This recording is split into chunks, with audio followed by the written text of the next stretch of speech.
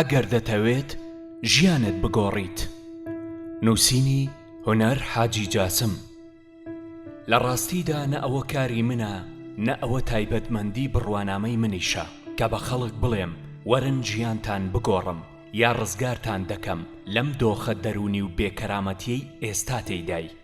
من لێرە ئەمەوێ زۆر بە ئاسانی پێت بڵێم کە چۆن ژیانت دەگۆڕیت و ماندووشت ناکەم و باسی هۆکار و تایبەتمەندیەکانی گۆڕینی ژیانیشت بۆ ناکەم و پێشت ناڵێم پێویستە چ کتێبێک بخوێنیتەوە بۆ ئەوەی ژیانت بگۆڕێ، یان پێویستیش ناکات پێت بڵێم بۆ گۆڕینی ژیان و فکرێت بچیتە کام کۆڕ و سیمینار. من زۆر سادە پێت دەڵێم و زۆریش ئاسان. تەنیا و تەنیا پێویستە سەرەتا بۆ گەڕانەوە و کەرامەتی خۆت و گۆڕینی ژیانی خۆت چەند شتێکی بچووک بگۆڕی کە پێک دێن لەمانەی خوارەوە. یەکەم، کەس مەکە بە پێشەوا و سەرکردەی سیاسی خۆت و پەیکەری کەس ساز مەکە کە بیپەرستیت. دووەم، واز لە وێنەگرتن لەگەڵ کاربەدەست و بەرپرس بێنە، چیتر بە بەژن و باڵایان هەڵمەدا، تەنیا یەکجار جورئەت بە خۆت بدە بڵێ منیش هەم. سێەم، واز لە دیوەخان و قونە دیوەخان بێنە، لە فەیسبووک مەڵێ ئێستا لە دیوەخانی فڵانە ئاغا یان فڵانە بەرپرس، تەنیا یەکجار لە خۆت بپرسە مەگەر ئەوانە چیان لە من زیاترە. چوارەم، تەنیا یەکجار خۆت مەکە کۆیلەی فڵان ئاغا، فڵان فەرماندە، فڵان سیاسی فاشل و فڵان حزبی کوردی بەدەسەڵات و ئۆپۆزسیۆنی بێناوەڕۆک و دوکانە سیاسیەکان. تەنیا بۆ 1 ساڵ مەبە پیاوی کەس، تکات لێ دەکەم، تەنیا 1 ساڵ. پێنجەم، یەکجار دوور بکەوە لە کوردایەتیە موزیفەکەی پارتی و یەکێتی و شاگردەکانیان. سادە تەماشا بکە، بزانە بە ناوی کوردایەتی چەند جاریان لە خشتە بردی.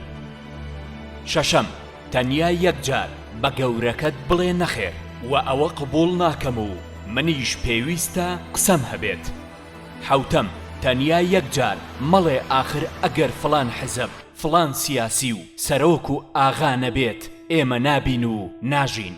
دڵنیات دەکەمەوە ئەگەر ئەم خاڵانت جێبەجێ کرد ئەوە ژیانت دەگۆڕێت، لە کۆتاییشدا ژیانی دەوروبەر و خێزانەکەشت لەگەڵ خۆت دەگۆڕێت. ئەوە بزانن کە کێشەی مرۆڤی ئێمە تەنیا دارایی و ئابووری نییە، بەڵکو خۆ بەکەمبینینە بەرامبەر بە حیزبی کوردی، دیوەخانی ئاغا، مەسوول و سیاسی فاشل، فەرماندەی بەزیوی شەڕ و چەندان دۆخی تری ساختە و دروستکراو.